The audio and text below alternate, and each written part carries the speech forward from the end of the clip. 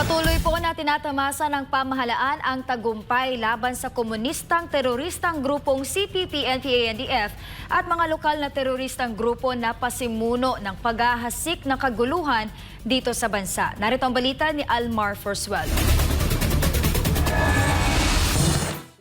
Sa bisa ng Executive Order 17 na nilagdaan ni dating Pangulong Rodrigo Duterte, naging epektibo ang mga programa ng gobyerno laban sa mga teroristang grupo sa pamamagitan ng Whole of the Nation approach, na kung saan tulong-tulong ang iba't ibang ahensya ng pamahalaan upang agad na maibigay ang mga pangunahing serbisyo nito sa mga liblib na lugar, upang sa gayon ay matapos ang insurhensya at matigil ng armadong pakikibaka sa iba't ibang lugar dito sa Pilipinas. Dahil sa Whole of the Nation approach, patuloy na nadadagdagan ang bilang ng mga rebeldeng nagbabalik loob sa pamahalaan. Kaugnay nito, nagbigay ng ulat si Colonel Francel Margaret Padilla, tagapagsalita ng Armed Forces of the Philippines o AFP, kaugnay sa Internal Security ng Pilipinas.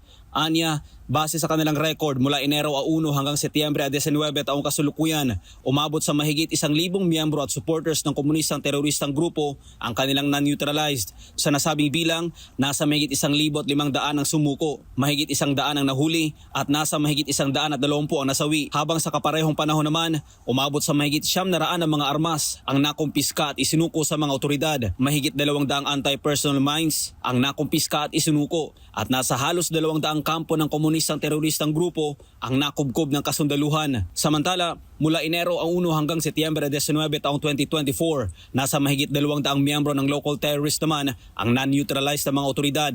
Sa nasabing bilang, mahigit 100 ang sumuko, 10 ang nahuli at nasa mahigit 40 ang nasawi. Kaugnay nito, mahigit 200 armas ang nakumpiska, halos 30 anti-personnel mine ang nahuli o isinuko at 11 kampo ng mga terorista ang narecover ng mga sundalo. Sa huli, pinuri ng liderato ng AFP ang pagiging profesional at tapat ng mga sundalo sa kanilang serbisyo para sa bayan na nagresulta sa pagbaba ng bilang at paghina ng puwersa ng mga rebeldeng grupo dito sa Pilipinas.